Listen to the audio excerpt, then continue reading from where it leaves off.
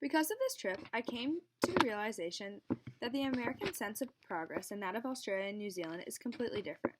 While America believes progress is constant growth, Australia and New Zealand look at progress as an insurance for the future. My definition of progress comes from an American point of view, where progress means growing bigger and growing stronger, where everyone just wants more money, more fame, more power. But after this trip, I have a different definition of progress. And the two definitions, the one of Americans and the one of New Zealand and Australia, may never cross and may never be the same.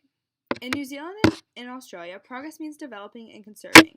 It means using only what you need, spending only so much, and living freely without restraints brought on by Wi-Fi and other sources of social media. Everywhere we went, the first question asked was, "What's the Wi-Fi code?" And everyone answered with a slight roll of the eye, a sly smirk, and a whisper of typical.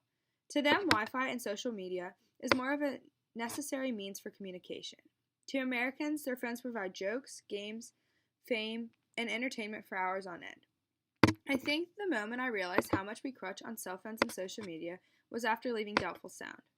If we had had Wi-Fi there, we wouldn't have spent the entire time playing new games, singing songs in the kitchen, and becoming extremely close to one another. I think that now, to me, progress should be a mix of the two. People develop and strive for their best under competition, so that should never cease to exist. But the constant desire for more is what is actually slowing America's progress. At some point, things are too tall, too expensive, too time-consuming. Australia and New Zealand have realized this. They progress in means that will ensure our grandkids a similar future to what we have now. America still wants more. I was sitting on Instagram on the second or third day back in the States, not sure which because I'm sitting here a week later and all the days are still mixing together. But anyways, I came along this post from a girl who travels the world, mostly in remote places, like LAC chartered remote places, with her husband and 2 dogs.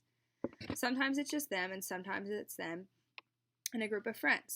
This particular post was a picture of her and her friends sitting at a table they had placed in the middle of a creek, and the dogs running around further downstream. She wrote, "Yesterday was possibly the 4th or 5th time we've come back into service after a few days off the grid, only to find that some horrific act of violence had taken place somewhere in the country, or the world. We sat here all day, completely unaware. All we knew was that we were happy, that our dogs were happy, and the sun was shining, and Creedence Clearwater was drifting from the speakers. Sometimes I wonder what life would be like if we never turned the Wi-Fi on again. Sometimes I wonder why we come back into the real world at all. Although it's all too easy to drown ourselves in the overwhelming sadness of the reality of the world we live in, we have to rely on our own reality too. Your friends are real, your happiness is real, your experiences are real. Your contribution to the world is just as much a reality as the contribution of the bad guys we read about on the news. So live a good life, share joy, spread peace, be kind to people, be so kind to people, and if someday too soon your time comes, know that you have lived out your days not in fear, not in hatred, but in love, and in moments like these." I couldn't help but take what she said to heart. We spent the last 5 weeks in places scarce of Wi-Fi, and came back to a horrific accident. If you looked at my Instagram, half the comments on photos from the trip read, "Your life isn't real," or "Come back to reality." But for the last 5 weeks, traveling to magnificent places with new best friends was my reality, or ours, I should say. Without this trip, I'm not sure I would have ever seen this obsession with Wi-Fi and social media. And yes, I'm completely guilty of this too. But I also have the faith that Americans can learn to progress in ways similar to what we saw abroad. It only takes one person, one contribution to make a change.